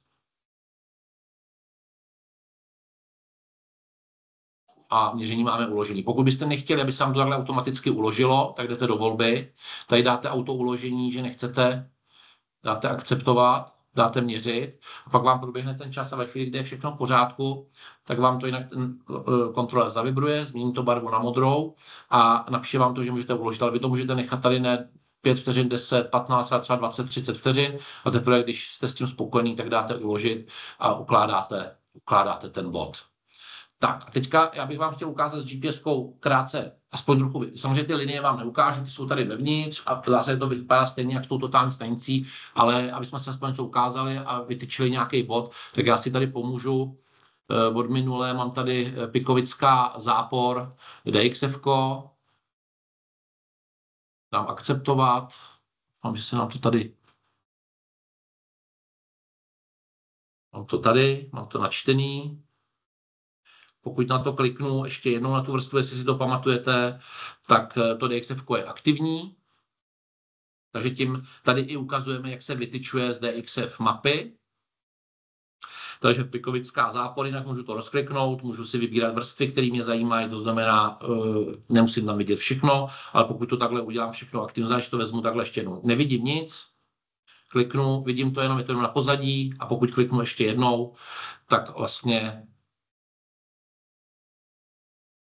teď se to načítá celý vlastně do ramky, takže zase je potřeba trošku velikosti, ale vidíte, že to je celkem v pohodě. A v tuhle chvíli už tady vidím bodový pole. To znamená, já jsem teď tady vidíte tu moji polohu, GPS kam kouká a já pokud tady kliknu třeba na ten bod, tak dám vytyčit. A tady vidíte, že už mi to ukazuje vlastně ten bod, který chci vytyčit a zase. Jinak u R12 ička se nemusíte rozejít, ale jenom s tím točíte, musíte koukat na to tlačítko a vidíte vlastně směr té šipky. Pokud se přiblížíte k bodu, já se pokusím, když tady mám tu polohu, tady mám budu mít něco bližšího. Vytyčit. Tak vidíte, pokud jsme blíž, tak je tam taková mřížka 2metrová a pokud jste úplně blízko, tak je 25 cm, takže vlastně můžete pomocí toho. Já jenom tady vám ukážu, když s tím otočím s tou GPS-kou, tak uvidíte, jak se vám mění ty hodnoty a mění se vám pozice i té šipky. Jsme to takhle změnili, takže doufám, že se mi změnila ta pozice a to jsem jenom otočil tu tyčku podél osy, takže mám to jinak zorientovaný zase z pohledu vlastně na tu GPS-ku. Pokud řeknu, že odchylky souhlasí, samozřejmě berte mě s rezervou, chápu, že 2 metry nejsou v pořádku, dám měřit, uděláme kontrolní přeměření, víte, se mi tam dalo Včko, máme udělat normálně 6 vteřin bod a uděláme kontrolní přeměření. DY, DX, DZ a uložit a zase ta data budeme mít v protokolu. Takže tohle je měření s GPS-kou, vytyčování s GPS-kou, pokud bychom dali znovu měřit body, tak jenom se podívám ještě jenom. Marku, napadá ti něco ještě, jenom se zeptám, co se týká měření s GPS-kou, na co jsme zapomněli? Možná několikrát se tam objevilo na obrazovce Xfil, tak jenom říct, co to dělá, čemu to je dobrý. Jo, tady vlastně vidíte tu zeměkouli a zelený zatržítko. To znamená, že vám tečou plynulé data přes internet, zejména vlastně přes SIM kartu, přes operátora, přes který jste připojený. Pokud vám tato data vypadnou, tak se vám tady objeví hodiny a vlastně ty hodiny, to znamená, tam je zapnutá funkce Xfil. Funkce Xfil je, ta GPS-ka umí přijímat korekce ze satelitu RTX, což Trimble provozuje celosvětově síť vlastně satelitních korekcí RTX a vlastně on neustále přijímá ty korekce i z toho satelitu, i přes ten internet a ve chvíli, kdy vám vypadne internet, tak po dobu 5 až 10 minut vám umožňuje vlastně dál měření. Vy to uvidíte, že tady ty přesnosti jsou v pořádku, jsou ty hodiny, že třeba to na minutu vypadne, na 2 minuty, vy pokračujete dál, jdete, měříte a pak zase naběhne vlastně to internetové spojení a vlastně se vám objeví to zatržítko. Takže jenom, abyste viděli, co se ty hodiny loví. Jeden limit to má, ten RTX satelit pro Evropu je na jihu, je nad rovníkem, to znamená, my ho máme směrem na jih poměrně nízko, asi 30 stupňů, tudíž musíte mít výhled tímto směrem, pokud tam bude nějaký velký kopec budova nebo něco, tak prostě to nebude aktivní. A pokud tu informaci má, pokud na to kliknete, tak tady systém Xfil je připraven a tady v tuhle chvíli máme teďka ano, a Xfil RTX není, protože to je kvůli nějaký mojí té licenci, ale systém Xfil je připraven, protože já tady mám výhled na jih a vidím i na ten satelit, takže bez problémů, když by mi teďka vypadlo internetové připojení, tak mi zůstane po určitou dobu ta přesnost a nebudu muset čekat, než mi naběhne internetové spojení. Takže to je funkce Xfil, díky za připomenutí. Pokud mluvíme ještě o GPSkách, tak možná se podíváme tady na satelity, tady můžeme vidět graf, nebo tady vlastně vidíme ten seznam. A jedna věc je, můžete kdykoliv tady zmáčknout tlačítko reset, to znamená, dřív bylo takový to, že jste dávali ruku na GPS, když chcete vynulovat družice, s tou R12 je to téměř nemožný, tak se to dávalo vzhůru nohama, aby se to vynulovalo, nemusíte. Pokud zmáčknete reset, tak vynulujete ty družice. Potom je tady sada A, pokud bych na to kliknul, sada B a vše. Je to, pokud máte třeba 30 družic, tak ten systém umí rozdělit to na 15 a 15, které jsou vlastně v podobné konfiguraci a je to k tomu, abyste mohli udělat nezávislé měření na různé družice. Tam nejsou žádné společné družice, ale pokud se mě zeptáte, jestli to bere katastr, tak tohle to neuznává, takže k tomu vám to moc jakoby není, ale v zásadě, pokud bychom chtěli udělat nezávislé měření, co se týče pouze družic, tak vám to umožňuje automaticky rozdělit na 2 sady, aniž byste to museli nějak manuálně řešit a využít. Takže to je ještě, co se týká tohohle. Pokud byste chtěli ještě, když se podíváme na ty družice a chtěli byste změnit třeba PDOP nebo nějakou elevační masku, to je často tak, když dáte tady volby, tak tady máte elevační masku standardně nastavenou 13, PDOP masku, co chcete přijímat, takže do toho můžete rychle přes ty družice, přes tu volbu to upravit, jinak je to tam předefinovaný. Na druhou stranu si myslím, že není moc jakoby potřeba do tohle zasahovat, že to je prostě předdefinovaný tak, jak potřebujete. Tak, to je to, co se týká vytyčování GPSK, měření, jak jsme na tom časově jsme na tom docela dobře. Vytyčování ještě by se vám chtěl ukázat IFC model. Já teďka udělám úplně novou zakázku a uděláme tady nový. Aktuálně chceme opustit měření, vypnout přijímač, dáme ne, že ho možná ještě třeba použijeme, nebo kdyby byl nějaký dotaz. Tady si dáme měřítko totálka 1.0. Tady si dáme školení 123. Enter, dáme akceptovat. Tak, nebudu tady teďka dělat volný stanovisko nebo něco, ale nicméně půjdu tady teďka do těch vrstev. A tady vidíte, já jsem mluvil o IFC modelu. Je to čím dál tím víc, zejména od softwaru Tekla Structures, jsou to konstrukce, jsou to stavby, jsou to různý mosty, propustky, které můžete mít v 3D modelu. A software Trimble Access, ať už je to Android verze nebo Windows verze, tak to umí načíst a umí s tím pracovat a můžete to vytyčovat. To znamená, pokud byste dělali na stavbě a oni by měli 3D model té stavby, tak to můžete velice dobře geodeticky využívat. Takže jsem chtěl v rychlosti jenom to, co tady zmínit, že to tady máme. Já jsem tady vybral takový objekt, který tady mám kus silnice, což není úplně tradiční, nicméně já si to takhle dám akceptovat. Takže pokud se na to takhle podíváte, vydáme se ten 3D pohled, takže vlastně tady vidíme hustý silnice, můžeme z toho normálně dát vytyčovat. Já pokud bych dal tu vrstvu a čukneme na to ještě jednou, to znamená zase tady je ten čárkovaný rámeček, to znamená, že to je aktivní. Tak pak můžete normálně takhle vybrat třeba linii, tu osu a můžete vytyčovat tu osu. Tady můžeme vybrat druhou část body, linie, takže vidíte, můžete pracovat s tím modelem. A pokud tady na té silnici se podíváme na ten řez, až to takhle říknu, vy tady vidíte takhle, jak je vlastně definovaný v tom 3D modelu vlastně veškerý prvky, tak mě když by zajímal prostě tady třeba ten bod, tak jestli to vidíte tady, teďka je vidět, tady vlastně jsme vybrali tenhle bod, můžu vybrat tuhle linii, kterou můžu normálně vytyčovat, pracovat s ní, můžu vybrat tuto linii, pokud tady dám ten prvek třeba, ale si čuknu, můžu dát takhle tu plochu, můžu dát tu boční plochu a pokud by to bylo třeba naskenovaná stěna a vzali byste si zjistit, můžete naskenovat a udělat rovnou kontrolu vlastně rovinatosti, nebo jestli to udělané podle projektu. Pokud byste potřebovali dodatečnou informaci, tak v IFC modulu jsou nejenom souřadnicové informace, rozměrový, ale jsou tam i materiálový, je to vlastně jako BIM, nebo vlastně tam kompletní struktura, tady můžete dát prozkoumat. A tady pak můžete vidět informaci, že to je vozovka, tvar koridoru, z čeho se to vlastně skládá, takže když bychom se podívali, to samé se podíváme tady na ten, třeba na ten bod, na ten dáme prozkoumat, tak tady uvidíme souřadnice toho bodu, případně pokud by to byla nějaká ocelová konstrukce, tak uvidíte, z jaký je to ocely, jestli je to nějaký povrchová úprava nebo veškeré vlastně informace k tomu materiálu, který vy můžete jako geodeti dodat vlastně těm pracovníkům na té stavbě a doplnit vlastně tohle, pokud tu informaci budete mít. Takže tohle je práce s DXFkem, případně s IFC modelem. Myslím si, že ten IFC model není tolik známý, ale ti z vás, kteří dělají na stavbě, tak si myslím, že se s tím čím dál tím víc můžete setkat, tak jenom, že to Access umí velice plynule, automaticky, de facto se s tím pracuje stejně jak s DXFkem. Není potřeba se toho nějak bát a myslím si, že se to dá velice dobře využívat pro kontrolu, anebo případně i pro vytyčování. Takže to máme potom vlastně, co se týká těch 3D modelů. Tak, koukám, zbývá nám poslední 20 minut. Já to teďka vezmu prohlížení a editaci dat. A potom jsou volitelné exportní formáty a případně, pokud byste napsali, já nevím, jestli se podíváme do chatu, nevím, jestli jsou v chatu nějaké otázky, doufám, tam je všechno, je dobrý, maximální počet ranalů je 9, on záložce přidat,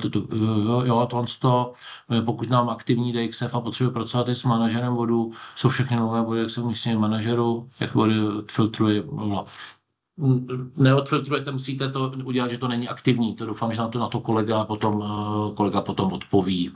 Tak my tu ještě zjišťujeme, jestli to nějak nejde, takže pak odpovíme.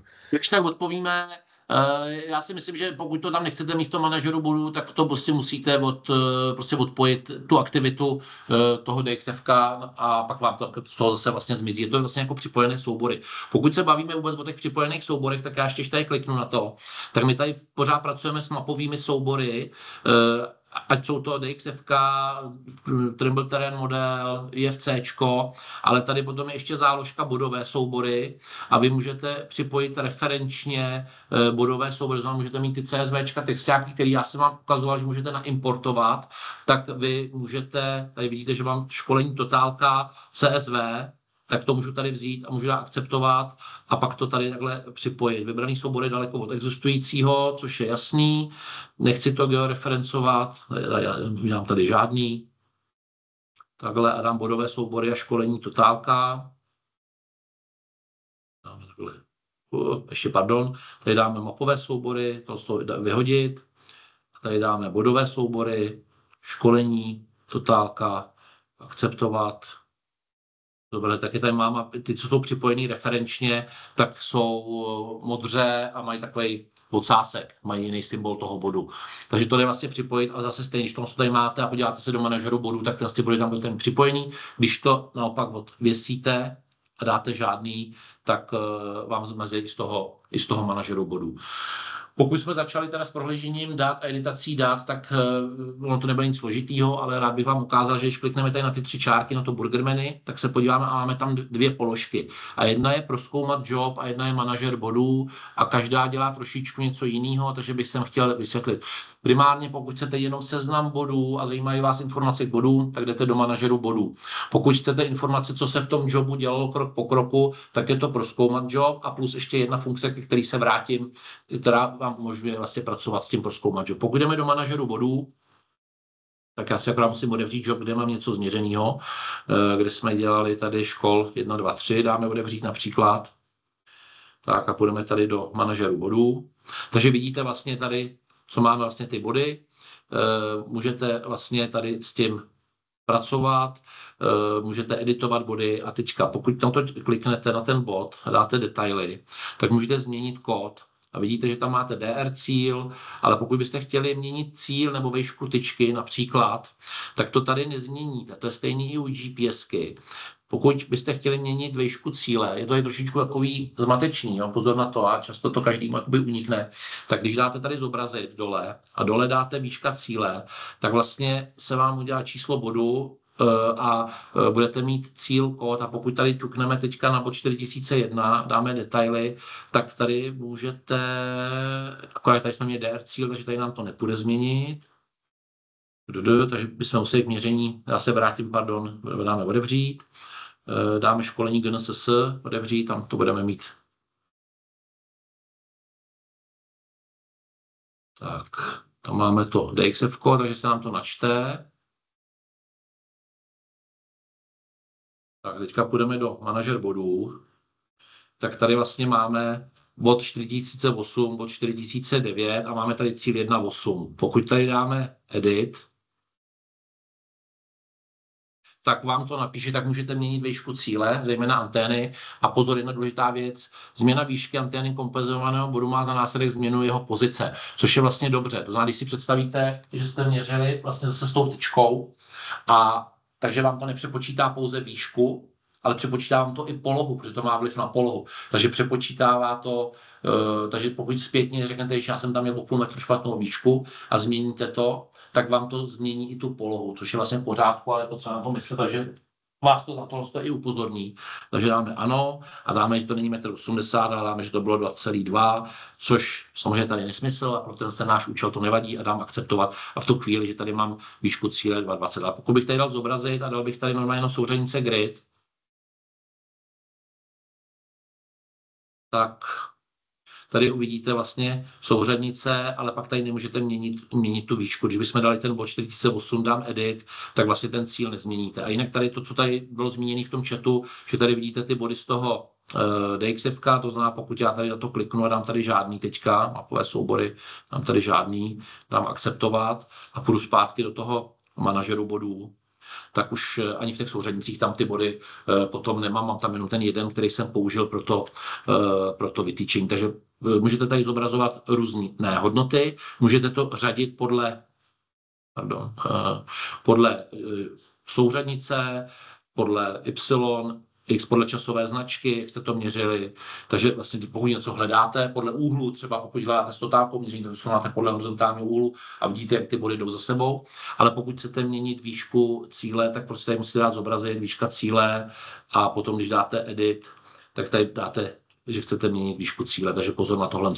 A teďka, pokud jdete přes manažer bodů, tak jinak nemůžete měnit měřené věci, můžete měnit číslo bodů, výšku cíle, ale pokud měříte v souřadnicích, tak nemůžete měnit souřadnice, nemůžete měnit úhly, nemůžete měnit délky, což je asi logický, ale prostě to nejde, do toho vás ten systém nenechá šáhnout. Pokud ale zjistíte, že posledních 30 bodů máte špatně výšku tyčky, tak byste museli jít do manažeru bodů a od 30 bodů to ručně měnit, což je nesmysl, nebo určitě se vám to nebude chtít dělat. Takže v tom případě potom vy půjdete do prozkoumat job a tady vidíte, že je výška antény 1,80 m a vy na to kliknete, dáte edit, změníte to na 2,20, napíše vám to, že to změní, dáte akceptovat a pak ta výška antény 2,20 se změní až do další změny. My tady máme jenom 2 body. A pokud těch bodů budete mít X, tak prostě všechny body následně se přepíšou a změní se hromadně. Může vám to ušetřit spoustu času, protože pokud najednou zjistíte, že to máte jinak. S tím souvisí i, že já tady nejsem zastáncem toho mít předefinovanou výšku tyčky, zejména u GPS dopředu, ale je tam vždycky otazník, takže tam vždycky musíte vložit a když byste chtěli měřit s otazníkem, tak vás to nenechá. To znamená, je to bezpečnější, ale pokaždý tam musíte tu tyčku naťukat. Takže určitě na tohle si dejte pozor. Tak, dostáváme se do posledních 15 minut školení. Jinak ještě jedna věc, tady koukám, jak mám připojenou totální stanici. Když jsme vypnuli ten kompenzátor, tak tady máte vlastně takhle křížek, tady se naháním tu myš. stranu, tak křížek přes totálku, takže pokud budete v terénu a měříte a máte tam křížek, neměřit, vypnutý kompenzátor. Jinak ten kompenzátor nejde vypnout tak, že byste při dalším měření ho měli vypnutý a nevěděli byste o tom. Vždycky, když se to zapne, tak se vás to vždycky na to znovu zeptá. Jo, není to tak, že by se to změnilo, ale jenom neignorujte to, co vidíte na tom displeji, to schválně tady takhle výrazně udělaný, aby vás to koplo, že jste si omylem klikli třeba do políčka vypnout kompenzátor. V tom případě potom byste to neměli. Pokud měříme s totální stanicí, ještě to se netýká Accessu, ale týká se to kompenzátorů. Občas se ještě, už je toho málo, ale občas se objeví, že nám voláte, že se vám třese GPSka, nebo vám to v robotiku píše úklonná chyba, že se něco stalo. Nepodlehejte panice, není to nic dramatického, je to pouze o postavení stroje. To znamená, ten stroj, jelikož tam má elektromagnetické tlumení, ať je to S5, S7, S6, vlastně všechna ta S-ková řada, tak vlastně potřebuje stabilní postavení stativu. To znamená, pokud by se vám ten stroj jakoby třeba zdálo, se vám se třese, píše vám úklonná chyba, tak stačí dát víc nohy od sebe toho stativu nebo dát ten stativ trošičku výš, trošičku níž, pomoci a udělat trošičku stabilnější postavení. Takže pozor na tohle, ale určitě nikdy nevypínejte kompenzátor, to si myslím, že není vůbec jakoby žádoucí pro běžný měření. Volitelné exportní formáty. Tak, aby jsme se dostali na volitelné exportní formáty, tak tak začnu nejdřív s totální stanicí a pak se dostaneme k GPSkám, kde to je možná trošičku zajímavější. Pokud půjdeme tady si otevřeme zakázku, kterou jsme měřili s školení 123 s totálkou. Tak, pokud budete chtít do exportu, pokud jste měli starý software, tak tam bylo soubory, export, tady je to všechno přes tu ikonku, tady, když vlezeme sem, tady job, tady dole máte export. Dřív jste měli export fixních a uživatelských formátů, dneska už jsou tam jenom jedny formáty. Pokud se podíváme, co se týče totálky, tak dole na konci většinou máte mapa 2, totální stanice, ASC soubor, můžete tady zvolit, jestli orientace má v kódu mít OR, nebo orientace je větší než, počet řádků hlavičky, takže vám to může i setřídit. Pozor na korekce, tady si můžete zakliknout, jestli chcete atmosférický korekce, to znamená, aby to uvažovalo ppm, což je si myslím v pořádku, ale myslím si, že nechcete ppm a měřítko, protože surový data mají být surový. Ale pokud byste z nějakého důvodu potřebovali měřítko i do těch surových dat a bylo tam, tak ho tady můžete použít. Ale myslím, že standardní nastavení by mělo být jako jenom pouze atmosférický korekce, pouze ppm. Pokud to teďka vytvoříme, tady si dáme prohlédnout vytvořený, dám akceptovat, tak vidím, že tady mám tady teďka nemáme vlastně nějaké měření, takže jo, my jsme tam tohle jsme neudělali, že dáme escape, z toho vyskočíme, školení 1, 2, 3, my jsme měli tady školení totálka, školení 121 odevřít, pardon, myslím, že tady jsme, jo. A tady dáme teda, znovu dáme export, zápisník mapa 2, dáme akceptovat, tak tady už vidíte vlastně tu hlavičku a vidíte stanovisko jsme měli 999, bylo měření na 4001, 4002 až 4007 body automatické měření, takže vlastně tady máte možnost tohle načíst. Pokud by vás tohle úplně neoslovilo, tak pak vlastně, co týče zápisníku, tak je tam SDR33 Observations, což je ve formátu SDR3, myslím si, že všechny dostupné softwary tohle načítají. A co se týká měření a vytyčování, tak je tady kompletní protokol, tady máme toho spoustu, protokol měření totální stanice, případně protokol měření totální stanice SV, to je v případě, že i s totálkou byste měřili v záporných souřadnicích, to jsme si tady vysvětlovali minule, když dám protokol měření TS, děláme tady texták, výpisy z měření i vytyčení, korekce délek, nechci, zase můžu tady dát pouze ppm, milimetry, ve 3D, šikmé délky, chci v surových datech a dám akceptovat. Tak tady vidíte hlavičku, poznámka a tady pak už máte vlastně číslo bodu, výška cíle, konstanta hranolu. Jinak tady jsme vlastně měli, že bylo stanovisko, bylo typ protínání. Tady vidíte, že máme vyhozenou tu polohu u toho měření, protože jsme použili pouze výšky, takže to tady máme a máme výsledné souřadnice 999. Potom jsme tady měli měření na body, nějaký automatický 4004 a 4007 a vytyčovací protokol, kde máme číslo bodu, YXZ vytýčené, YXZ dané, DY, DX, DZ a kód a vlastně máte možnost vlastně takhle s tím pracovat. Takže to je vytyčovací protokol a protokol měření totální stanice. Je to takový vlastně zdokladování kompletně toho, co se tam dělo, co se počítalo. Takže vlastně tady máte určení stanoviska, i měření, všechno zdokladované vlastně v surových datech. Pokud půjdeme dál, tak samozřejmě můžete z toho dostat textové tvary, takže tady máme zase měřené body Y, XZ, XT, totální stanice, SV, tady to samozřejmě týká i GPSek, nebo obecně na definovaný CSV, texták, který potřebujete. Je tady protokol z výpočtu plochy, protokol z výpočtu objemu, k tomu se dostaneme příště, nějakým těm výpočetním úlohám. Případně, pokud by vás zajímal jenom vytyčovací protokol, nějaký zjednodušený, tak se to jmenuje vytyčené body 2, Y, XZ, TXT. Tady já to jenom musím přepsat, abych si nepřepsal to, co jsem tady měl. Tady dáme XX, máme Enter. A pak je vlastně takový jednoduchý protokol, tam není učení stanoviska, ale na té stavbě můžete říct tam číslo bodu, daný, vytyčený, souřadnicové rozdíly a datum, čas na ten bod. Takže taková rychlá přehledka toho, co jste vytyčili a s jakýma hodnotama. Takže to je, co se týká totální stanice. Potom tady samozřejmě se podíváme nějaký průměrování, ty věci, a to se týká všechno víc, co se týká GPSky. A samozřejmě můžete exportovat data přímo v DXF, případně S-sery shapefile. To je věc pro vysaře a je to víc u GPSek, to znamená, pokud byste to dali do nějakého svého informačního systému a nechtěli byste to prohánět přes texták a je vám přívětivější rovnou DXF nebo ten shape, tak vlastně můžete použít vlastně přímo ten S-sery shape a případně DXF. Tak a pokud půjdeme teďka na protokoly s GPSkou, tak já musím tady ukázat dvě věci a to je zejména, když se podíváme, tak nejdřív vám to jenom ukážu a pak si to naměříme. A to je kompletní protokol měření GPS, to je to, co vás zajímá, tam samozřejmě jsou pak jenom textáky. Kompletní protokol měření GPS a kompletní protokol měření GPS SV, pak je tady kompletní protokol jiné průměrování a pak je tady kompletní protokol 2021. Jaký je v tom rozdíl? A to SV je jasný, pokud tam jsou záporné souřadnice, tak vám to přepočítá -1, aby na tom výstupu to bylo kladný. Podobně, jak jsme vysvětlovali na tom importu.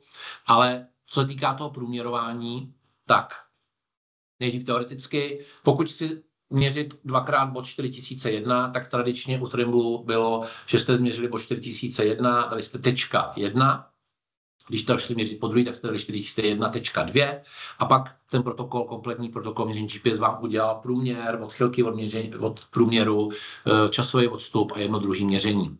Ale pokud měříte spoustu bodů, tak abyste to nemuseli po každý přepisovat, tak jsme zvolili postup, že bude 1 tečka 4001 a pak dáte 42, 3, 4, 5. Když to jdete měřit po druhý, dáte 2 tečka 41, 2, 3 a tak dále. A to je protokol jiné průměrování.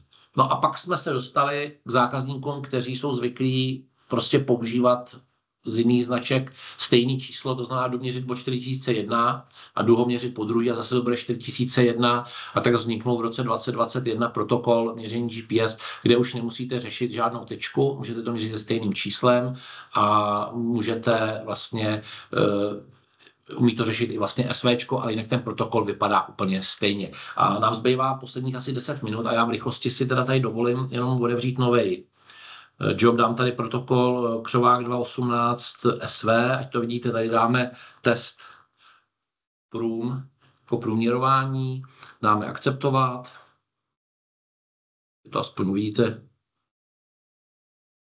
Takže tohle máme úplně novou zakázku, tady si ťukneme na GPSku, dáme měření, PRS Now, měřit body, takže to je takový rychlá rekapitulace toho, co jsme viděli měření s GPSkou.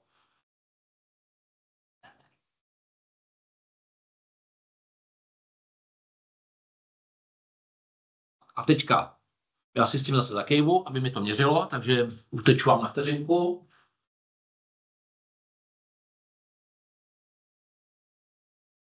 Zamával jsem GPS-kou ze střešního okna, koukám, že to máme, přesnosti tam máme v pohodě a jdeme na bod. Takže začneme to, co jsem říkal, 4000 4001.1, dáme to klidně jako podrobný bod.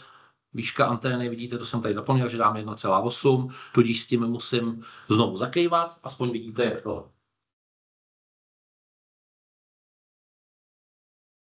Nic dramatického, už jsem tady zpátky u vás. Tak, vertikální odsazení tady nebudeme praktikovat a dáme měřit. Máme tady takovýto 5vteřinový měření, to vydržíme, ať to děláme pořádně. Samozřejmě, pokud byste dělali stanoviska, tak to může být i víc. A teďka ji máme, samozřejmě čistě teoreticky bychom měřili jiný body a dali bychom 4001.2, takže dáme měřit bod po druhý.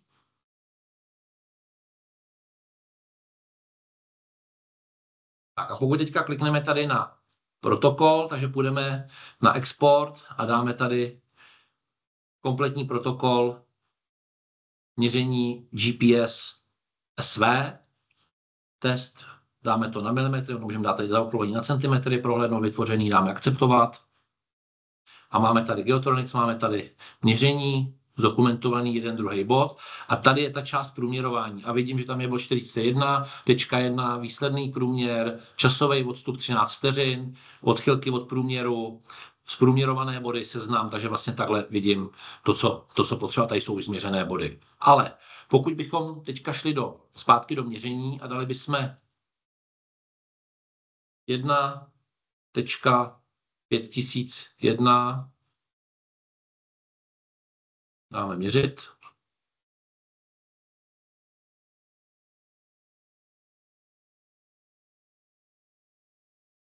A teďka bychom dělali po druhý, samozřejmě v tomto případě se to přepisuje, takže já dám 2.5001, dáme měřit.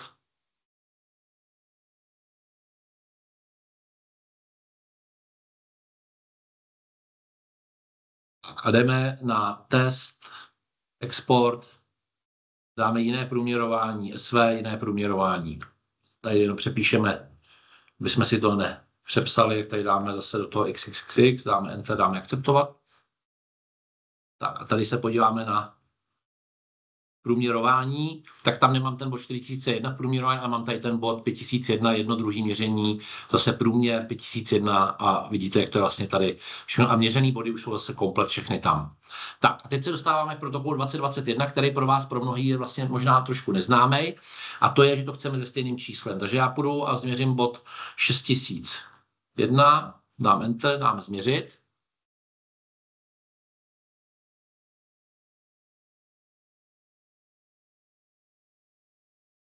Půjdeme po druhý na ten bod a řekneme, že to je zase 6001.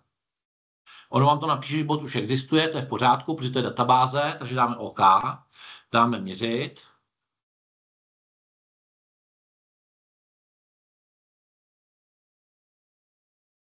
A ukáže vám to, což je výhoda této metody, tu odchylku. To znamená, vidím, že tam mám rozdíl v převýšení 6 mm, v délce 4 mm, řeknu, je to v pořádku.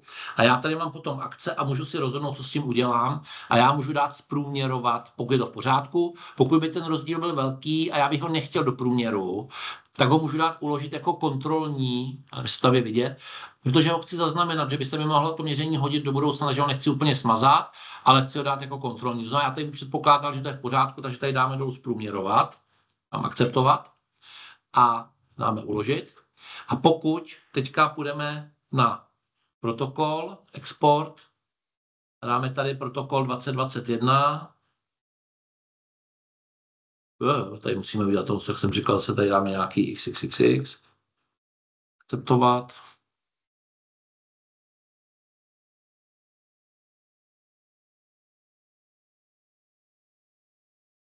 Tak se nám tady něco děje, tak bohužel vám to teďka tady neukážu, protože tam je nějaká chybička v tom předpisu nebo v datech, nicméně by to vypadalo úplně stejně, ale udělali byste to s bodem vlastně 6001 a ten bod 6001 byste měli zprůměrovaný. Takže to jsou volitelné exportní formáty, když se na to podíváme, myslím si, že CSVčko, totálka, SV, všechno to jsme zmínili a příště se potom ještě podíváme na nějaké protokoly z výpočtu, třeba z výpočtu plochy nebo z výpočtu kubatur. Pokud se podíváme na čas, ještě tak... skočím ti do toho, ještě tu je dotaz, jestli lze průměrovat i 3 hodnoty, což si myslím, že by mohlo být zajímavý pro všechny. Nebavíme se jenom o 2, můžeme průměrovat i 3 hodnoty a platí to pro všechny ty 3 protokoly nebo všechny ty 3 metody. Jinak pokud byste potom zjistili, já tady akorát mi teďka nevyskočí ten protokol, ale což není úplně podstatný ten 2021, ale pokud byste u toho, z toho potom měli dali uložit jako kontrolní, třeba když bychom tu 6001 potom změřili ještě jednou, tady jenom ukážu, když existuje, abych ho tady dal změřit ještě jednou. To možná s tím souvisí a dali byste opakované měření s tím číslem, tak dám nesprůměrovat, ale dám uložit jako kontrolní. Ale ve finále já bych chtěl všechny ty varianty do toho průměru, tak pokud skočím tady teďka do Kogo, to je trošku předbíhám před tím dalším školením a dám Kogo a dám výpočet průměru, bod se stejným názvem 6001, tak tady dám vlastně Enter a můžu vlastně tady potom pracovat s tím bodem a zprůměrovat vlastně všechny ty průměry vlastně s tím číslem. Takže můžete to vlastně potom jakoby dopočítat, já se k tomu vrátím ještě příště, ale jenom, že to jde. Takže jenom na otázku, samozřejmě musí to být jenom 2 body, ale můžou to být průměry 3, 5, 10 a třeba pokud se dělá bodový pole, tak občas je postup, že se udělá třeba dlouhý to měření a udělají se jakoby 2 měření a ta observace se dělá třeba několika minutová, jo, prostě těch bodečtů. A já upřímně, že jsem zastáncem, pokud to jde třeba, tak radši dělat ty observace standardní nebo trochu delší, ale udělat to třeba 5krát, protože si myslím, že pak máte mnohem lepší vzorek do toho průměru v různých časových úsecích, takže určitě tohle možný je, takže to je odpověď na to. Takže dostáváme se do samého závěru, přitáhli jsme pár minutek. Já vám děkuju za pozornost. Koukám, že vás vydrželo 70 koukat až do konce, za to vám děkuju. Děkuju za podporu, těším se za 14 dní. Pokud nebudete mít čas, budete na dovolený, tak zase je pro vás dispozici záznam a samozřejmě jsme tady limitovaní zase nějakým časem, protože o těch věcech by se tady dalo mluvit hodiny a hodiny, takže pokud by vás něco z toho zajímalo, tak dejte vědět, rádi vám to vysvětlíme. A zase, pokud byste měli nějaký tipy třeba na školení z této části, že bychom udělali speciálně jenom školení na některou z těchto věcí, tak určitě napište a budu se tím zabývat a bude to pro nás nějaká motivace do budoucna, abychom měli zpětnou vazbu, co by vám pomohlo, co by vás zajímalo, nebo čemu bychom se měli věnovat mnohem více. Já vám přeju krásný zbytek dnešního dne a ještě jednou vám děkuji za pozornost a tímto ukončuji dnešní webinář a říkám případně, pokud máte dotazy, pište nebo volejte a jsme vám k dispozici. Děkuju a nashledanou.